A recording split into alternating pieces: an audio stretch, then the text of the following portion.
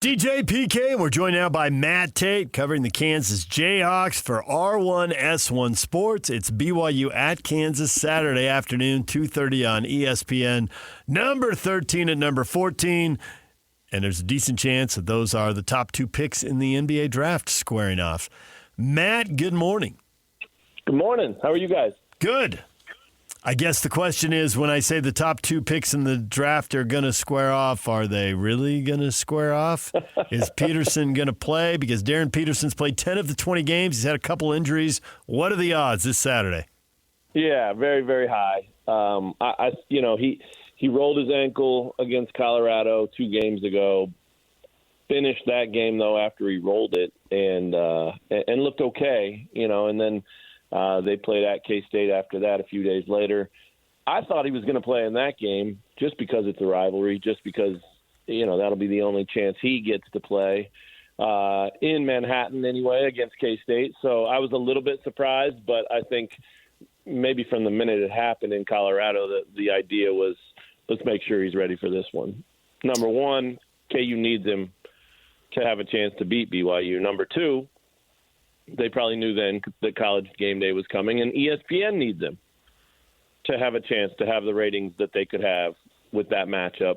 And number three, the rest of the college basketball world, those of us who cover it, fans who watch it, everybody else deserves it. So I think it was probably sort of pointed to from the very beginning after he rolled that thing, like, we can sit him one game, let's give him the full rest, let's get him to 100% so he's ready for that one. Well, they've had some success with him, obviously, and they've had some success without him. But what should we be looking for? Because Bill Self said he's not a doctor, but he does expect him to play. He's thinking that he's going to play. So with that in mind, when we turn on that television, what should we be aware of when we watch this young man play? Just as far as his game goes? Yeah. Yeah, I mean, the biggest thing that stands out to me is you hear about a guy who's going to be the number one pick in the draft or number two, whatever it is. And you hear about a guy who can score, and you hear about a guy who, has the all-around game and all the comparisons that he's drawn to past, freshmen, to past high school seniors, whatever. But then you watch him, and he's just about basketball, man. I mean, he doesn't hog the ball. He doesn't hunt shots. He doesn't have to be the focal point. He is a basketball player through and through. And so it's possible that it could surprise you some because he's not afraid to defer. He's not afraid to let his team play ball and run and be a part of that rather than being the whole show. And that's true to who he is. That's true to his character. That's true to his personality. He's really, really good with the ball in his hands, and he's really, really good at scoring. But he's also really, really smart, and he understands the game. And as much as he would love to put up 40, 50 points any night, he's the kind of guy that just wants to win.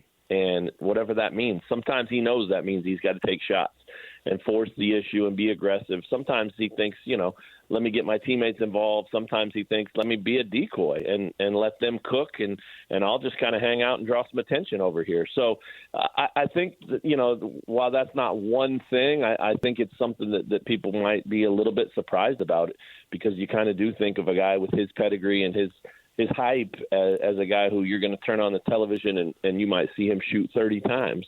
He might, but he doesn't have to do that. And again, that's true to his personality. I've been doing this a long time, 25, 30 years, and covered a lot of one-and-dones and big-time players that came through KU, obviously, and the whole bit. And I don't remember as down-to-earth, humble, just team player, quality young man, quite like I've seen this guy, at least not from the one-and-dones. There have been some really good guys that have come from Kansas and spent 3-4 years here and fan favorites and all that stuff. But this guy, man, I've been really impressed. He does not let the hype get to his head. He is not about look at me, look at me, look at me. He's just a ball player. And if he could play basketball 24 hours a day and didn't have to sleep, I think he'd do it. Mm-hmm. How do teams try to defend him? Obviously, he's an awesome talent, or he wouldn't be talking about, getting picked 1, 2, 3 in the draft.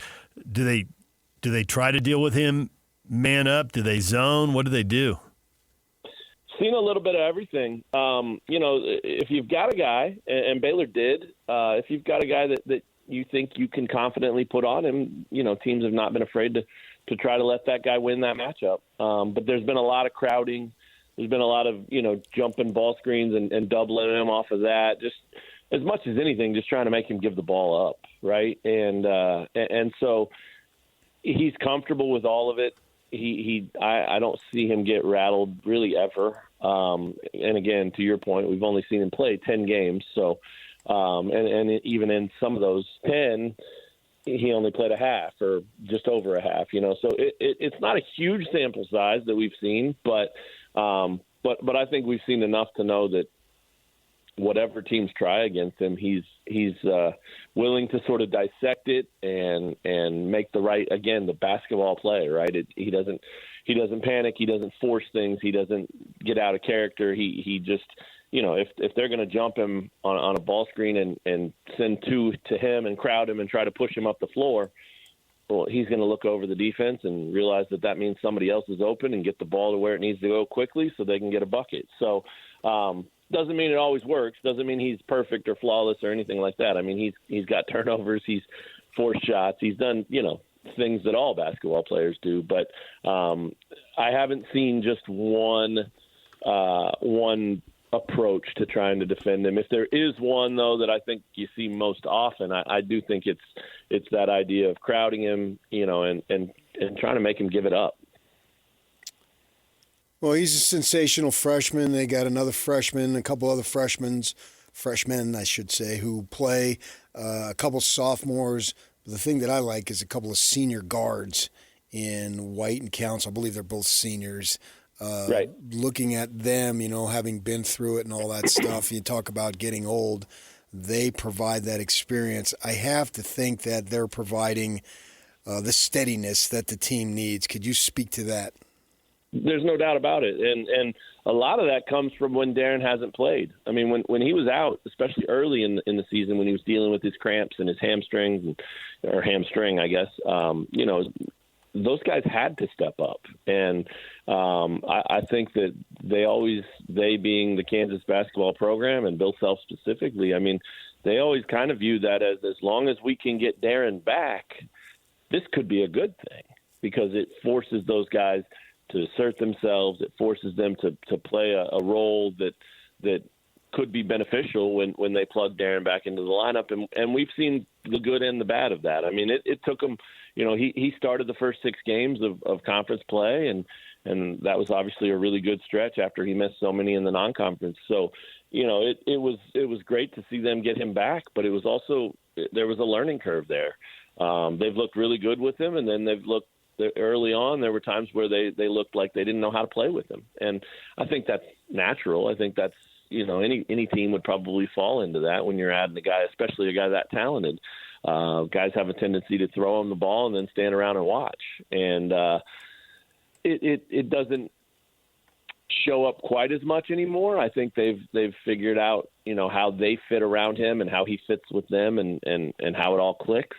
They've still got work to do in that area, though. But Trey White and Melvin Council have been a huge part of that with and without him. Each of those guys has carried this team on a given night to victory, and each of those guys has done it with Darren on the bench and with him in the lineup. And so there's a lot of trust between those two and the rest of the team. There's a lot of trust between Darren and those guys. None of them look at it like, oh my gosh, I'm playing with this superstar. Don't get me wrong. They think Darren's as talented a player as they've ever played with. There's no doubt. But, he's just one of them. He's one of their teammates. And so, again, that's a credit to Darren and his maturity. And again, he's fine. If Melvin Council is going to go score 36 points and help you beat North Carolina State, making 9 3-pointers, Darren didn't walk away from that game frustrated. He scored 17. He did his part, but that was Melvin Council's night. It was a big win for KU, and Darren was as happy for him as anybody. So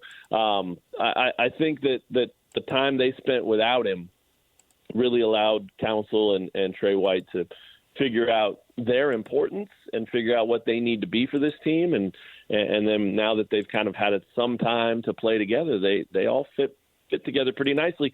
And they should, right? I mean, Bill Self, when he knew he had Darren coming in, a big part of his portal searching was, I want to find guys who fit around what Darren brings. I want to find guys who who play the style we need and can do what they need to do offensively to fit with them, but also defensively. And so it makes sense. I mean, Bill Self's a Hall of Famer, and that's what he sought out to do when he built this team. So for a long time, they didn't have the luxury of even knowing if that worked because Darren wasn't in the lineup. But as we've seen him in the lineup now, it does look like it worked. And this team's far from perfect, but they are hot right now, and you can definitely see that when they're whole and when everybody's understanding their role and playing well together, they're as tough out as anybody.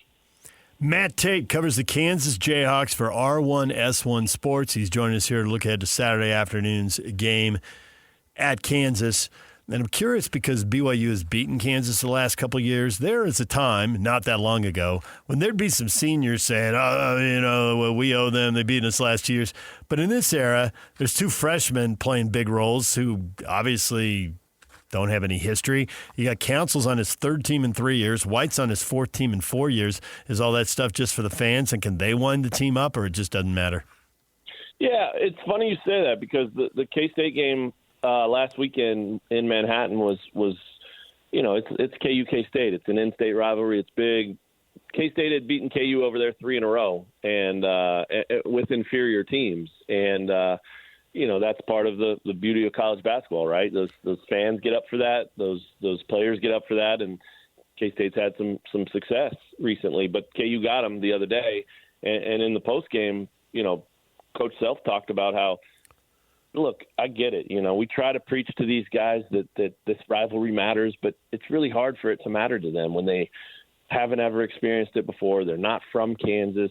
They may never play in it again. The seniors certainly won't, right? And so, obviously they preach it and they want their players to understand it, but it's different when what you just said, 3-4 year seniors and juniors that have gone through it and been on that ride over their careers. But Self pointed out, to heck with the players. I'm the one that's got to live here. It matters to me. And so I made sure to tell them that if it matters to me, it damn sure better matter to you. And so that's sort of the new era way of doing that, right? It's not a personal thing to the players anymore because they don't have experience in it. But they can make it personal because it's personal to their coach. And obviously you want to make your coach happy whenever you can, right? So I thought that was really clever. And I don't think it was a gimmick or a shtick by any means. I think that's very much how Self views it and how he feels about it. And so this will be the same sort of thing. It's not the same kind of rivalry as an in-state rivalry that you've been playing for 100 years or anything like that. But Self remembers going out there last year and getting rocked. That game was ridiculous, right? 91-57 or something. It was not a good stretch. Not a lot of these guys were on that team. A couple were, but Bill was, and it was embarrassing for him. And so he's going to preach that, I'm sure, and has throughout the week. They've been off all week, so I'm sure he's reminded them that, we're Kansas. We don't get beat like that. And so this is personal to me, so let's find a way to get them back. And whether it works or not, maybe it works sometimes, maybe it doesn't other times, maybe it works every time. I don't know. But it's definitely the new way of doing it. And I was looking at BYU's roster before you called. I don't think there's very, very many guys on that team that were there last year either, right? I mean, maybe a couple, but it goes both ways, doesn't it? Yeah, what do you got? Saunders and Keita? Right, yeah. Right. Yep. And obviously Saunders was a big part of it. I mean, he had a great game, and they have a ton of respect for what he can do and how talented he is. So, he'll be the focal point in that regard, but obviously no one's going to be more of a spark and a spotlight on him than AJ. Well, Matt, we're looking forward to the game. Thanks for coming on and giving us a little bit of a preview here and getting us ready for it. We appreciate it. Yeah, sounds good. It should be a lot of fun. My number one thing for this game is I want them both healthy. I think they are. And I want the officials to not call a single foul on either guy because let's let them play as many minutes as they both can. I hate that. This is what we need to see. We don't need either guy going to the bench with 2 fouls, 14 minutes mark of the first half. I hate that. Let's just 100%. swallow the whistles. The ESPN would love it. We would love it. The players would love it. It has to happen. So hopefully those guys can can get a good whistle and put on a heck of a show, because they've done it. As you guys know, I mean, their matchups in high school were electric, and they're both capable of going for 40 plus. And I'm in, man. I think Allen Fieldhouse would be full if it was a one-on-one game, and it was, Kansas against BYU, but it was just the two playing full court one-on-one. I think they would still love it. So it should be a lot of fun. I'm looking forward to it, and it's a shame they don't play twice this year. That's for sure. Yep. Thanks, Matt. All right, guys. Thank you. Take care. Kansas, BYU, 2:30 Saturday afternoon on ESPN, with a bazillion NBA scouts in attendance again, no doubt. That's a lot. It is a lot. And that's why it'd be full even if they played one-on-one full court. Well, they could play again in the conference tournament. They could. They could get a second matchup. But it's a new era. These 16 and 18-team leagues. A lot of the home-and-home's going away. Not all of it, but a lot of it. All right, DJ and PK, when we come back, everything you missed in this show, a little bit of hockey, a little bit of Utah Jazz, and Tom Brady weighing in on Bill Belichick. It's all coming up. Stay with us.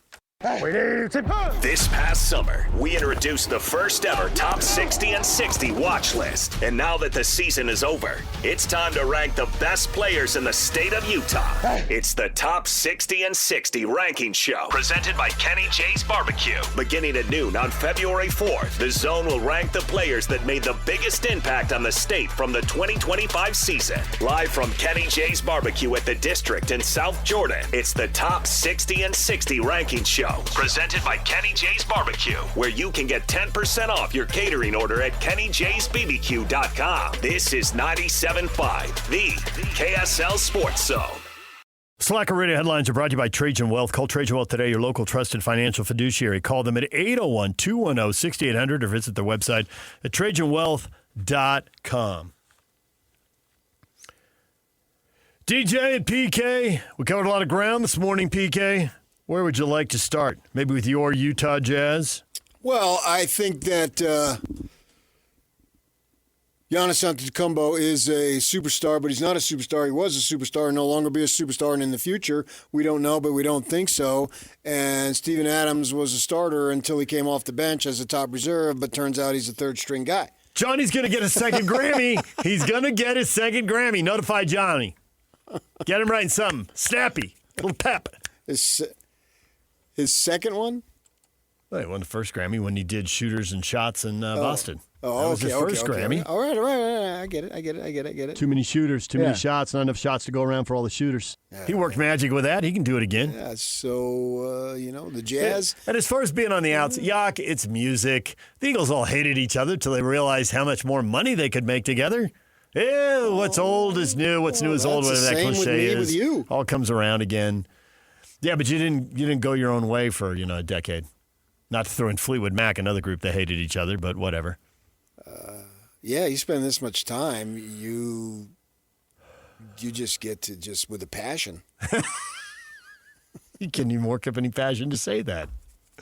It's the truth, man. And speaking of no passion, how about that Jazz Warriors game? There was nothing there. I liked your. It was an all-star game-ish. Yeah, they were. I also thought of the line that Will Hardy dropped. I think it was the game before when he said, "Sometimes we really focus on the details. We're locked in. Other times we go out there and we're just hooping. And if we go out there and just hoop for 8 or 10 minutes, the other team will blow the game open." I thought they was pooping. Hooping and pooping. 7 o'clock, Delta Center. Be there. Yeah. I mean, it seemed no intensity. There was none. On either side, for that matter. There was just enough for them to open up a lead in the second quarter, and then they cruised home. Yeah, and anytime it got to a little bit closer or under single digits, they just go down and hit another 2 or 3 threes. Yeah. And that was all she wrote. Let's expect, and actually, I don't know if I want to hope for it, though, because... you're talking about these young dudes. You got to make sure that you know how to ball when it matters. And right now, it doesn't matter to that degree because these kids are not stupid. They know the score. I know. And that's the thing that's disappointing about last night is there are other games, and you want to hold everybody to a high standard all the time, but with my soft Southern California mentality, I can't help it.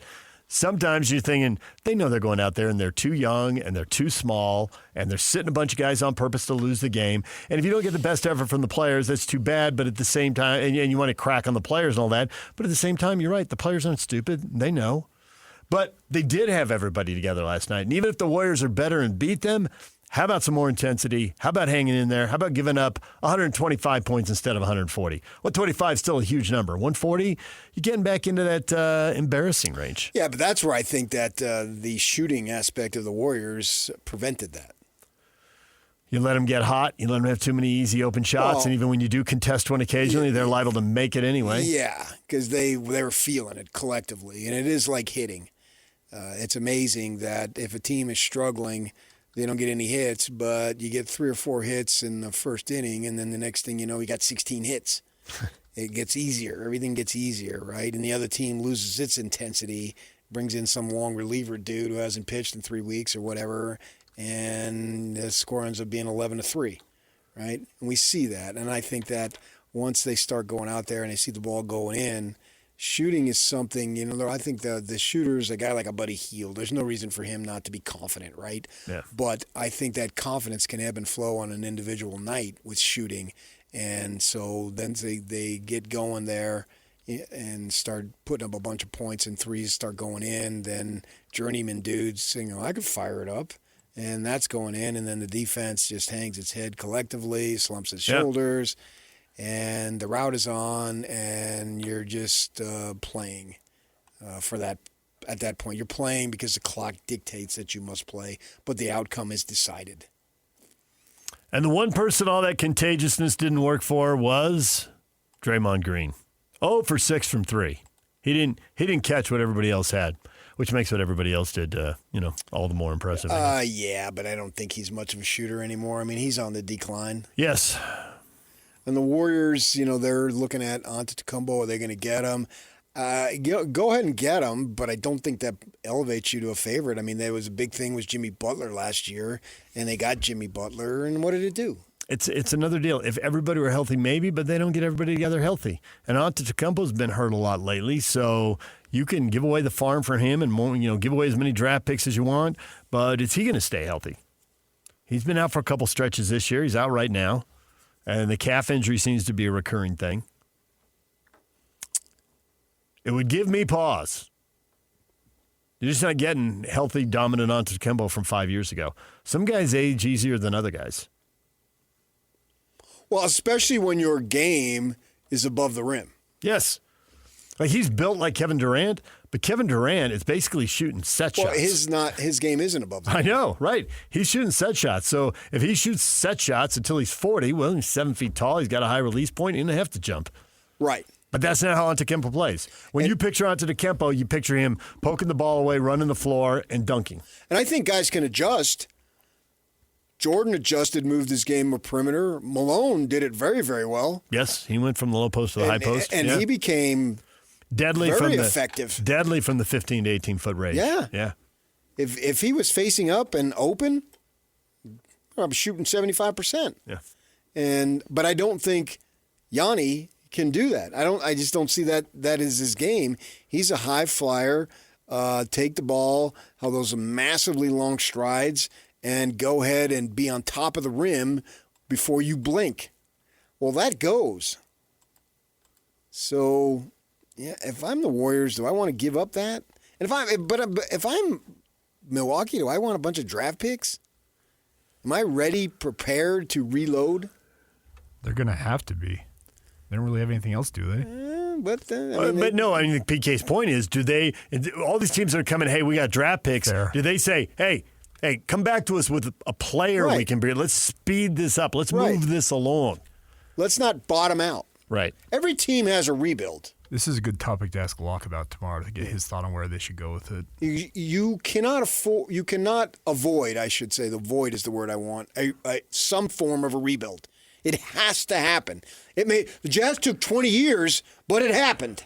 Well, pre-LeBron, right? and pre-LeBron, the Lakers missed the playoffs. I think it was 5 years out of 6 or something like that. Yeah. I remember the days of Shmush Parker. Back in the day. That was post-Magic and those guys. Yeah. It's inevitable. It is. It's just how long is it going to be? Well, if you go in and receive these draft picks like the Jazz did, you got a couple players out of it, but mostly the draft picks, there it is. It's, 5 to 7 years? Because you're now drafting. Nobody drafts anybody who's a 3 or 4 year college guy at the top of the draft. It just doesn't happen. Nope. You're drafting freshmen and international players. That's it. And it's an occasional sophomore. Yeah. Even that's occasional.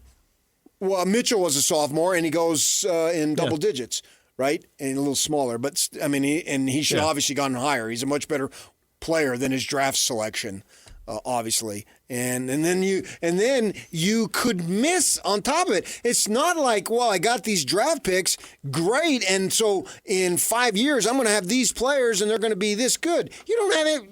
I want to say you have no idea. Some you have some idea, some you're not sure, and you just don't know, man. Don't redraft the Mitchell draft. I'm not. Good. Whew. We'll do that in the summer. Oh, there's another time we might do it. I'll tell you about it later. Okay, all right. Okay. Couple other things we can do. Stuff you've said this morning has got me going future show topics. Okay, good. We need them. And so what does Milwaukee want? You can mitigate it or potentially mitigate it by going with the players. Who's really rebuilt on the fly? At the championship level. You can rebuild on the fly at a playoff level. That's been done. I think Miami's probably done a pretty good job of that. But at a championship level, you got to step away. You just can't reload and stay on that top tier.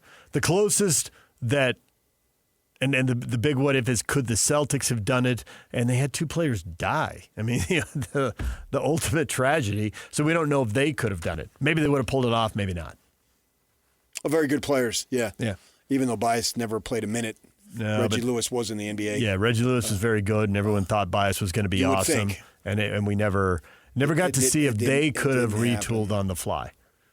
I mean, we've seen teams, 3 to 5 years. That's what the Spurs are coming out of a 5-year not going to the playoff run here. It's a different sport, but the Patriots are doing it quick.